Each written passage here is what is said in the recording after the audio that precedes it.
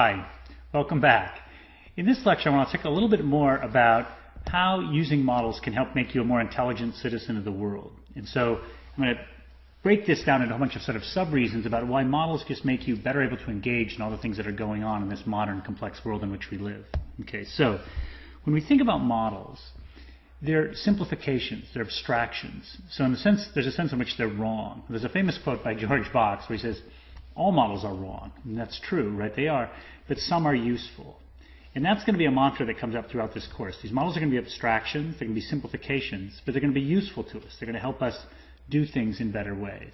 Okay? So in a sense, right, and this is a big thing in this course, models are the new lingua franca. They're the language of not only the academy, which I talked about some in the last lecture, but they're the language of business, they're the language of politics, they're the language of the nonprofit world. Wherever you go, whether it's people who are trying to do good, make money, cure disease, whatever it is that they want to do, right, you're going to find that people are using models to enable them to be better at what their purpose is. Okay?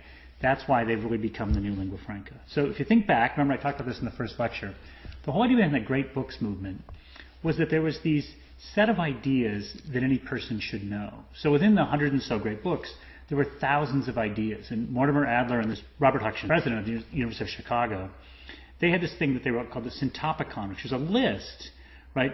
Adler put this together. It was this giant list of sort of all the ideas that someone should know, right? An intelligent person should know. So what are those ideas? Well, one of those ideas was to tie yourself to the mast. And this comes from the Odyssey, when Odysseus' ship is going past the sirens, and he wants to hear the sirens' beautiful love song.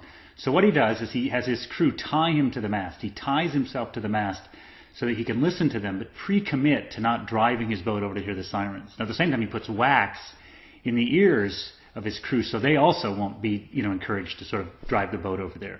Well, this is an idea that recurs in history, right? We think about Cortez burning his ships, right? So his men won't, retreat. They'll continue to advance. So this idea to tie yourself to mast is a really worthwhile thing. But here's the problem. One of my favorite websites is a website called Opposite Proverbs. So on this website, it says things like, he who hesitates is lost. A stitch in time saves 9. Or 2 heads are better than 1. Too many cooks spoil the broth. So you've got this really good advice, something that probably made it in the Syntopicon, but then you get something that says the exact opposite. Well, how do we adjudicate between those two things? The way we adjudicate between those two things is by constructing models, because models give us the conditions under which he who hesitates is lost, and they give us the conditions under which a stitch in time saves 9. So when we talk about the value of diversity in prediction, we'll see why it's the case that 2 heads are better than 1, and we'll also see why it's the case that too many cooks spoil the broth. So ironically, what models do is they tie us to a mast. They tie us to a mast of logic, and by tying us to a mast of logic, we figure out which ways of thinking, which ideas in the Syntopicon are useful to us. Okay? So if you look at almost any discipline, whether it's economics, and here what you see in this diagram is you see a description of sort of this is a utility function for an agent, and what that agent is doing, trying to maximize their payoff. Right? So economists use models all the time. Biologists use models as well. They have models of the brain where they have little axons and dendrites going between the neurons. They have models of gene regulatory networks. They have models of species, right? Things like that.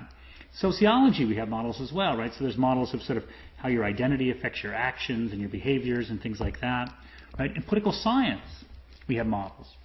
In political science, this is a picture of a spatial voting model. So they might say candidates are liberal or conservative on certain dimensions, and voters are liberal or conservative. And you say that, well, you're more likely to vote for a candidate who takes positions similar to yourself. So like where I work at the University of Michigan, we have something called the National Election Studies that's run out of there, where we sort of gather all this data about where politicians are and where voters are, and that allows us to make sense of who votes for whom and why. Okay, so models help us understand the decisions people make. Linguistics, right? Here's another area, right? So you might think, how can you use models in linguistics? Well, this little model here, you see things where it says, you see V's and N and P's in here if you look closely. Well, V stands for verb, N stands for noun, right? And what you got to, and S stands for, subject, let's say, right? And so what you can do is you can ask, what is the structure of a language? You can ask formally and mathematically, what are the structure of a language is? And whether some languages are more like other languages and not, depending on how people, set up their sentences. So in German, where they may put all the adjectives at the end of the sentence, that looks very different than, let's say, English. All right? Even the law. This is a graph from one of my former graduate students, now he's a law professor, Dan Katz, where he's got sort of a network model of which Supreme Court justices, who they appoint. So if someone appoints judges from some other judge.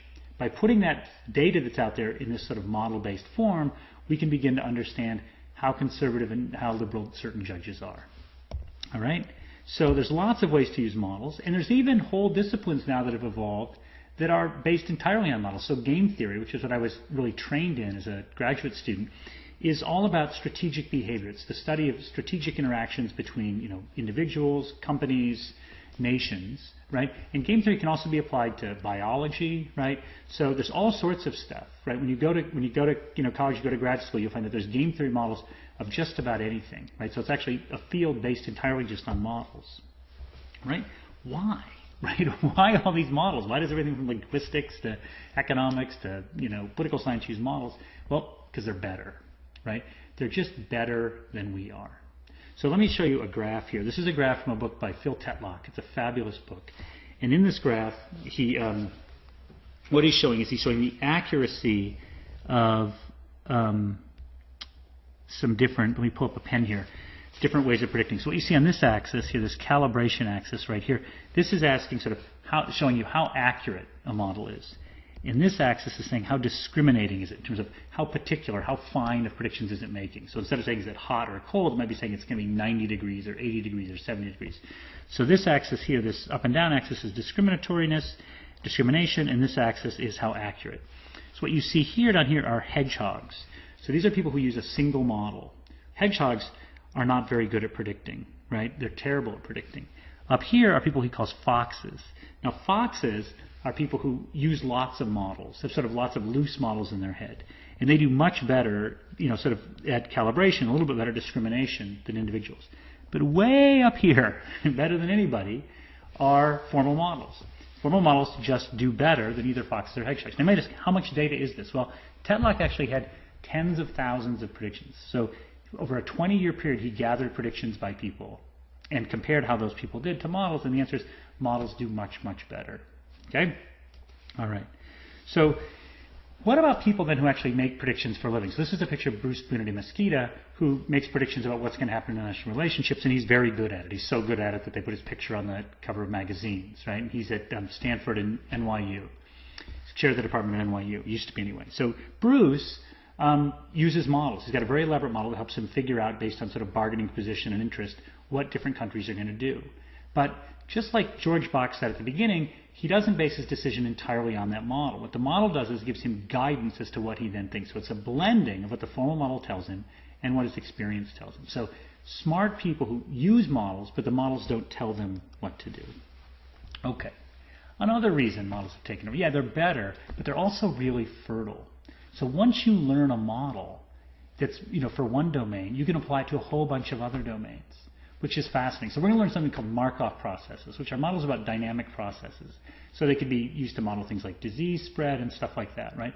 We're going to find when we learn those that you can also use them, this is sort of surprising, to figure out who wrote a book. You might say, how does that happen? Well, that happens because you can think of words, writing a sentence as a dynamic process.